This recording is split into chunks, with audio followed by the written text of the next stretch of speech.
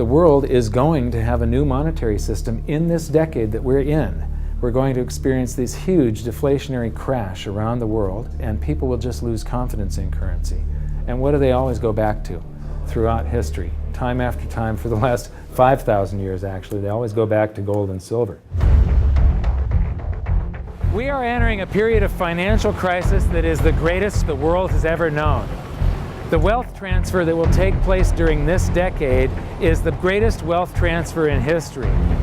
Wealth is never destroyed, it is merely transferred, and that means that on the opposite side of every crisis there is an opportunity. The great news is that all you have to do to turn this crisis into your great opportunity is to educate yourself. I believe that the best investment that you can make in your lifetime is your own education. Education on the history of money, education on finance, education on how the global economy works, education on how all of these guys, the central bankers, the stock market, how they can cheat you, how they can scam you. If you learn what is going on and how the financial world works, you can put yourself on the correct side of this wealth transfer.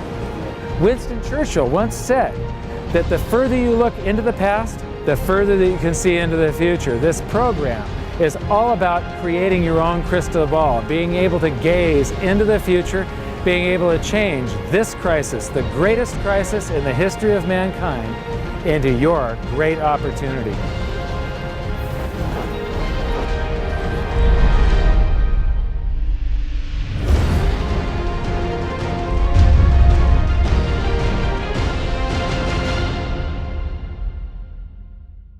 So it all started back in 1999 when my sister and I hired a financial planner to help my mother with her assets, and we gave him control of the family's assets, and in the next year and a half he lost 50% of what she had. You know, he would come to us every 6 months, we'd have a meeting, and he'd have this smile on his face, just ear-to-ear smile, going, "We did really well. The S&P lost 24% and you only lost 18." And so I fired him and I moved all of her assets to cash, and I dove into studying the financial markets, which led me into studying the economy. And when you start reading about the global economy, the people that are concerned with trade deficits and budget deficits, it's the hard money advocates, the gold community. And once I started reading them, they also write about monetary history, and then I really fell in love. Because monetary history just repeats and repeats over and over again, echoing all the way back to the beginnings of civilization.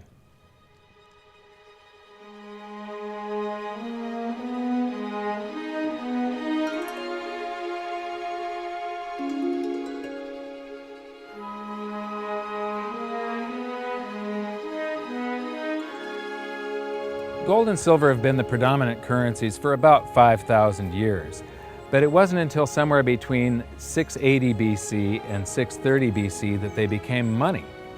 That's when they were minted into coins of equal weights somewhere in Lydia, where each coin was the same size and had the same weight. This made them interchangeable. It's called fungible. At that point, they became useful as a unit of account, a measurement. You could price a good or a service in those gold or silver coins in a certain number of them. And it was always the same for anybody whenever they were buying that good or service.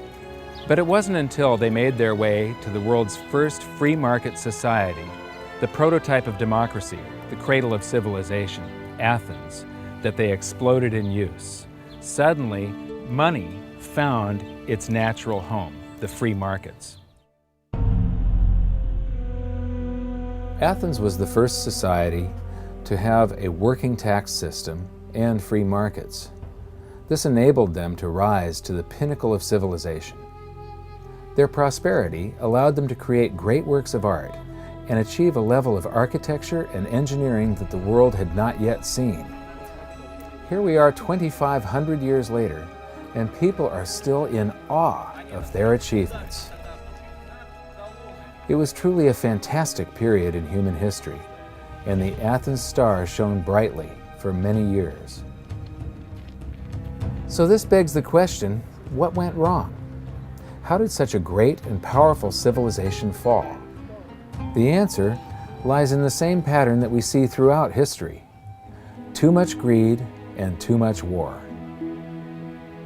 It was when the Athenians got involved in the Peloponnesian Wars, a war with Sparta, that their monetary problems began. First, they lost access to their gold and silver mines. They were also paying armies that were on foot, and they were miles and miles away from Athens. So as they pay their armies to buy goods and services from the local populations, a deflation occurs in Athens because they're sending all of their coinage out of the city. Then they started debasing their coinage to pay for the war.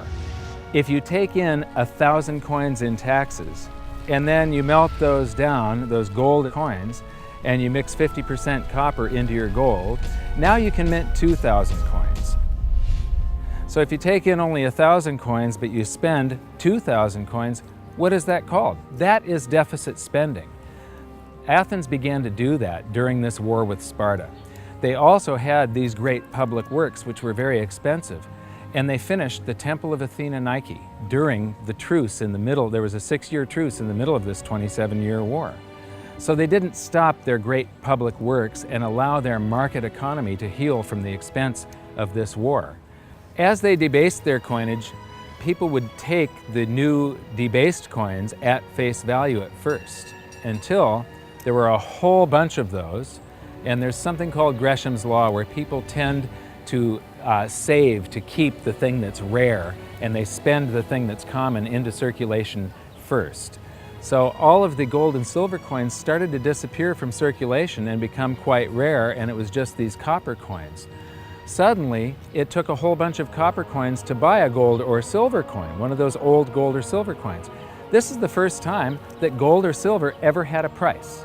Before that, everything was measured in a weight of gold and silver.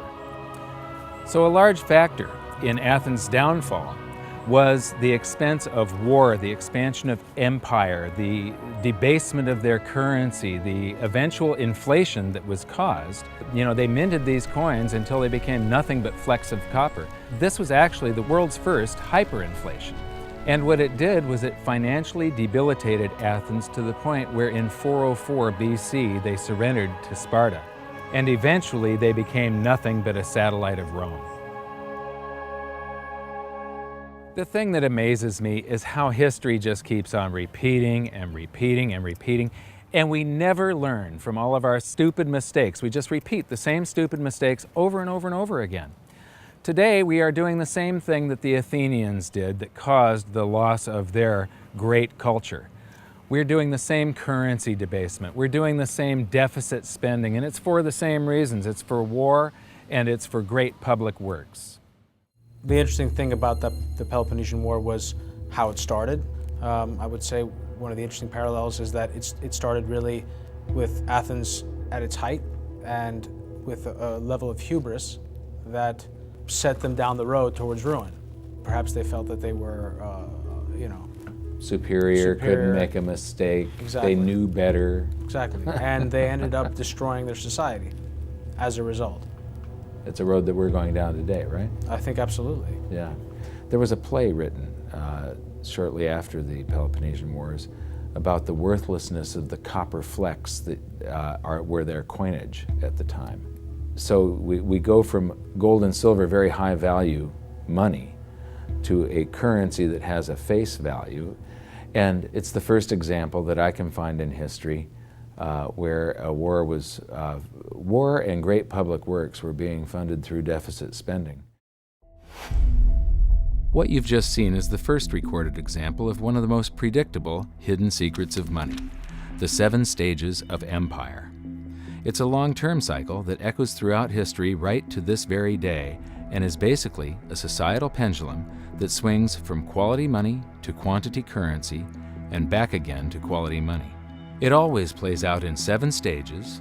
It always ends with gold delivering a knockout blow to debased currencies. And it goes like this. Stage 1. A country starts out with good money, which is either gold or silver, or it's backed by gold or silver. Stage 2. As it develops economically and socially, it begins to take on more and more economic burdens, adding layer upon layer of public works. Stage 3. As its economic affluence grows, so does its political influence, and it increases expenditures to fund a massive military. Stage 4. Eventually, it puts its military to use, and expenditures explode. Stage 5. To fund the war, it steals the wealth of its people by debasing their coinage with base metals, or by replacing their money with currency that can be created in unlimited quantities. Stage 6. The loss in purchasing power of the expanded currency supply is sensed by the population and the financial markets, triggering a loss of faith in the currency. Stage 7. A mass movement out of currency into precious metals and other tangible assets takes place. The currency collapses, and gold and silver rise in price as they account for the huge quantity of currency that was created. This process transfers massive wealth to those who had the foresight to position themselves beforehand in real money, gold and silver. You know, our monetary system basically steals from the poor and middle class and transfers the wealth to the banks. We see this throughout history, and it's just repeating over and over again. What's happening in Greece right now is basically the same thing that was happening back in 407 BC. The deficit spending to fund all of these public works and the debasement of their currency supply caused them to become nothing but a satellite of Rome. Today, they're becoming nothing but a satellite of the banks. Well, the idea of Gresham's law is simply that people are going to hold on to what's value and spend what isn't valuable. Way back in my youth, I was 11 years old when we went from a silver-based monetary system to a purely fiat system. People saw that silver was money, they got used to it, they didn't really think about it. And in 1965, under President Johnson, he basically said, well, silver's too valuable to be money. We're going to just start putting out these substitutes, which were what we call cupro-nickel coins. They were nickel, they were copper plated with nickel at the time. And of course, the metal value was far less. And I understood that as a kid, and yet very few adults really seemed to get the idea of what was really going on. There were a few, and it only takes a few. And of course, Gresham's law took effect, so the currency came out of circulation rapidly. It's very interesting to me, you know, knowing monetary history fairly well, is they're always, you know, put out in silver-looking or gold-looking form. I mean, in most cases, you'll have, in fact, they look rather interesting. I mean, some of them are like silver on the inside and gold on the outside. With the look, they have no value at all, really, other than melt value of pot metal. To me, it's sort of at a subconscious level. Why are they making them gold colored? Why are they making them silver colored? I think there's an inherent knowledge in the human species that knows that gold and silver have value. So if they look in their pocket and they see something gold colored or silver colored, it gives them kind of a warm, fuzzy feeling. And it's like, oh yeah, you know, but there's no value in these coins really.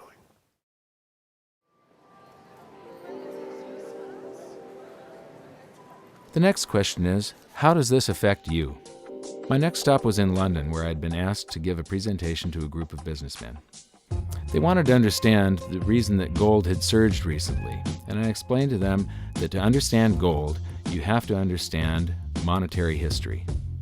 Once you see where we've come from, you can get a much clearer understanding of how the 7 stages of empire are playing out right now. We weren't allowed to show their faces, but we were allowed to film my presentation.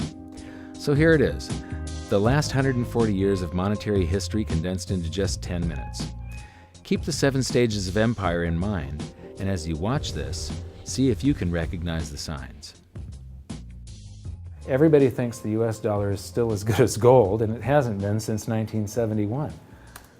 This is the world monetary systems. From 1873, when Germany went on the classical gold standard, where each unit of currency is backed up by an equivalent amount of gold in the treasury. In the United States, $20 bill, $20 gold piece in the vaults. Go into any bank, slap down your currency, which was a receipt for money, a claim check on money, ask for your money, gold and silver, and they would give it to you. So this shows, this is currency, this is money. Otherwise, there was no reason for any government to store gold in their vaults and then print this currency that was backed by gold. This is what gives confidence in that, and it gives governments the ability to start this scam in the first place, where they print these receipts for gold, and then they can print more of them than gold that exists. And that happened when we got to World War I, and all the combatants stopped redemption rights. You could no longer go in the bank and trade your pounds, lira, marks, francs, no longer redeemable in gold, and they lit up the printing presses and started printing like crazy. Then between the wars, they went on something called the gold exchange standard, where currencies would be backed partially by gold. So in the United States, under the Federal Reserve Act of 1913, the Federal Reserve was allowed to put $50 worth of claim checks on gold, currency in circulation, backed up by only $20 worth of gold. So it was a 40% reserve ratio. For every $20 gold piece in the vault, they could put $50 in circulation. We're the dollars of the nation of parade. We're the biggest batch of dollars ever made.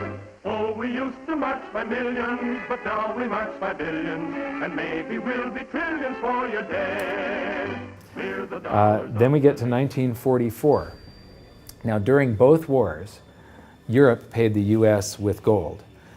During World War I, the U.S. didn't get into the war until the very end of it. We didn't really have troops on the ground here in any quantity until the last 6 months of the war. So for the first 4 years or so, we're selling you you take all of your young men off of the farms and turn them into soldiers. You take your factories that make toasters and they start making machine guns. Your factories that made cars are now building tanks. And so you turn your economy toward war, and all of your consumer goods and your grains had to be imported from the United States, and you paid us with gold. Then in World War II, Hitler starts saber rattling in 1936, annexes Austria in 38, invades Poland in 39. Pearl Harbor wasn't until the end of 1941. We didn't have troops on the ground until, I believe, August of 42. So again, there's like 6 years where you're paying us with your gold and we're selling you stuff. This is where Americans have this myth that war is good for the economy. War is good for the economy if you're not in it and you're selling them the tools of the trade. Yes, America's national income gets bigger and bigger. In 1943, it was $142 billion. That was double the 1939 figure, triple the figure for 1933. But by the end of World War II, the U.S. had 2/3 of all the world's monetary gold, the central bank gold, and the rest of the world had to share the other third, and Europe had none. So the world monetary system was no longer going to work. It would collapse. But we had made all these loans of dollars to Europe, so Europe was flooded with dollars. And so representatives from around the world met at Bretton Woods, New Hampshire in 1944. They came up with a new world monetary system called the Bretton Woods system, where every currency on the planet, with the exception of just a few, they would be backed by the US dollar, and the US dollar would then be backed by gold at $35 per ounce. This gave confidence to all currencies. So this gave the world stability, and it pegged all the world's currencies to each other through the dollar to gold. So there was no such thing as the Forex. Currencies didn't float. The exchange rates were fixed year after year, and this helped to make world trade boom. Then the dollar standard starts because we kept on printing dollars. Under the Bretton Woods system, there was no reserve ratio established where the US actually had to have a certain amount of gold for how many dollars we created. So we had done a bunch of deficit spending for Korea, for Vietnam, for Johnson's Great Society, and expanded the currency supply, the amount of paper dollars in circulation, and exported them all over the world. And then in the 60s, Charles de Gaulle, president of France, realizes that we don't have the gold to back up the dollars. Le fait que beaucoup d'États acceptent par principe des dollars au même titre que de l'or entraîne les Américains à s'endetter, et à s'endetter gratuitement vis-à-vis de l'étranger, car ce qu'ils lui doivent, ils le lui payent avec des dollars qu'il ne tient qu'à eux d'émettre. Nous estimons nécessaire que les échanges internationaux soient établis, comme c'était le cas avant les grands malheurs du monde, sur une base monétaire indiscutable et qui ne porte la marque d'aucun pays en particulier. Quelle base?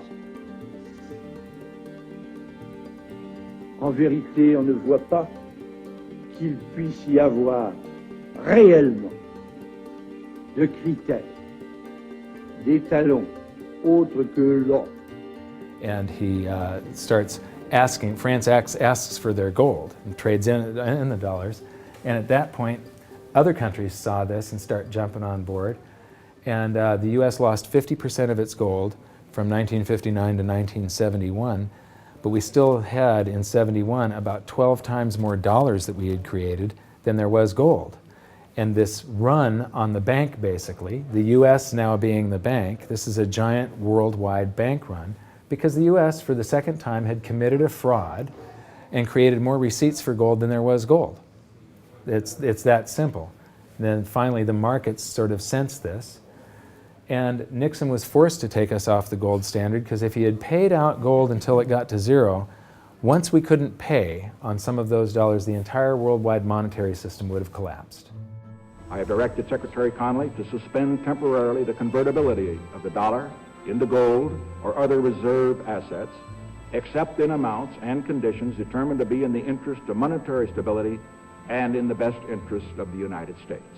In full cooperation with the International Monetary Fund and those who trade with us, we will press for the necessary reforms to set up an urgently needed new international monetary system.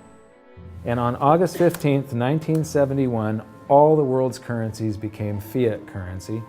I don't know why the rest of the world didn't rush out and hang him, but they didn't. They just all went along with this. To our friends abroad, I give this assurance. The United States has always been and will continue to be a forward-looking and trustworthy trading partner. There have been thousands upon thousands upon thousands of fiat currencies throughout history, and there isn't one that survived. It is a 100% failure rate.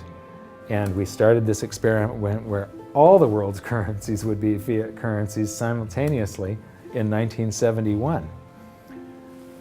But what we have here, 30 to 40 years, different monetary system, 30 years, 28 years, 39 years plus, what's next? The world is going to have a new monetary system in this decade that we're in. We're going to experience this huge deflationary crash around the world. The world will probably end up on some sort of new monetary system, probably after governments try and print their way out of this and cause hyperinflations of all the currencies, and people will just lose confidence in currency. And what do they always go back to throughout history? Time after time, for the last 5,000 years actually, they always go back to gold and silver. In a world of floating currencies, and that's what all national currencies are today, they bob up and down relative to each other, but they're all sinking relative to gold. That includes the dollar as well as the euro and the British pound and all the others. They're going to continue to lose value, continue to lose purchasing power. Personally, I don't think there's any way of avoiding what is coming. There's no way to fix it right now. There's only a way to either let it wipe you out or to benefit from it. And I want to make sure that it's not just a few of the big investors in the world that are ending up with all the cookies. I want to make sure that there's as many small investors as possible that are benefiting from it, because that's what makes society run. Middle class, small investor. One of the biggest challenges for human beings is that physiologically we are designed to operate in recency. You know, the fight or flight response is literally in my cells, literally. And so that when I'm in the wild, it's about I need to look for something to eat or make sure I don't get eaten. And how that translates into the modern world is that we think only about what's happening immediately in front of us. And so we think a long time is last week. In the world of YouTube and Facebook and instant messaging, we think 3 seconds is a long time. Like, did you get the post already? I already posted it. And the reality is that if you look at history, and I don't mean a week, I don't mean a month, I mean decades, I mean 100 years, I mean a couple of 100 years, I mean more than a couple of 100 years, you can start to see some patterns. You can see some things that are going on because history repeats itself. There are some trends and there are some movements that you can learn from. And you literally have to go outside of your human instincts to look at history, because we just want to focus on right now, because as I said, that's about either eating or being eaten. So we've got to go beyond that, and that means not just focusing on the here and now, but learning some real powerful stuff from what's happened, because there just might be some indicators there as what's going to happen in the future.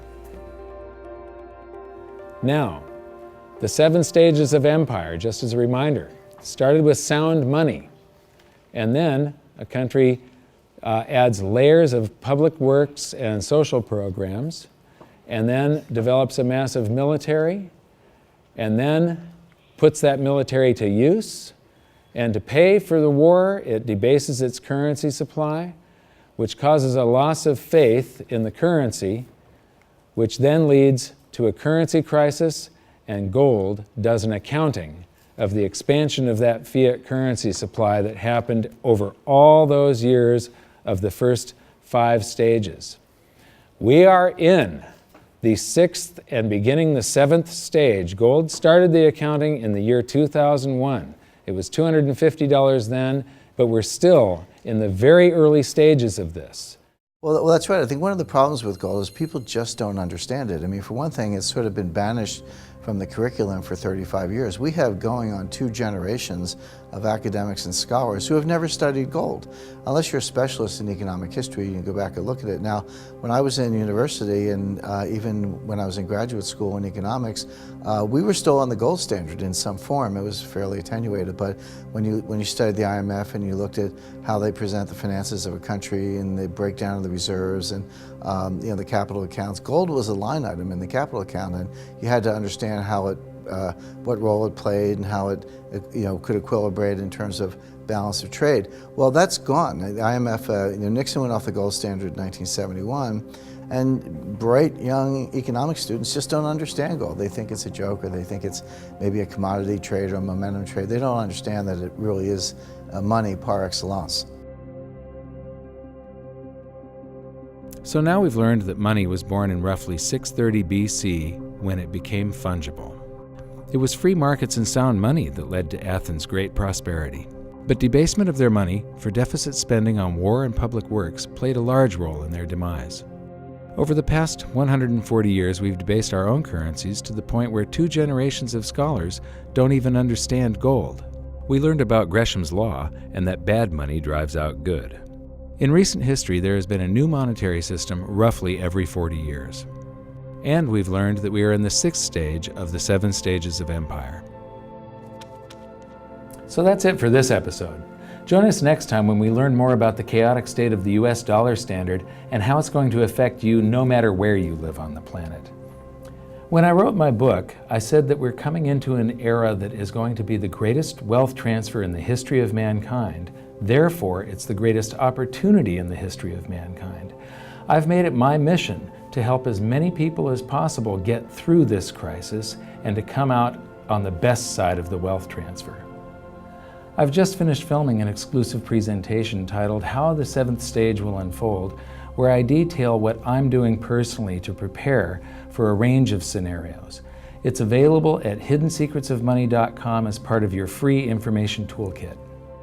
So my challenge to you for this episode is to try and find a single example in all of monetary history of a crisis that was brought on by too much deficit spending, too much debt, and too much currency debasement being solved by more deficit spending, more debt, and more currency debasement. Until then, good luck, and I'll see you at the bonus presentation at hiddensecretsofmoney.com. Thanks. You bet. There is no other side. You're either silver and gold or you're doomed. That's exactly the way the world is always working. That's the way it's working right now. Turn on the television, watch with the price of gold. Look at the dollar going down, gold's going up, silver's going up. That's exactly the way it's always worked, and it's always worked that way, and it's working that way now. And why is anyone surprised? Why is anyone surprised? It's always worked like that. For the past 5,000 years. That's right, 5,000 years in a row, it's worked exactly that way. It's happening that way now, and ooh, wait a minute here. Weird, beyond weird. Mike Maloney's Hidden Secrets of Money is made possible by the clients of goldsilver.com. Your continued loyalty and support allows us to educate the public on how to both protect themselves and benefit in the turbulent times ahead. To all goldsilver.com customers, thank you. Hidden Secrets of Money would not be possible without you.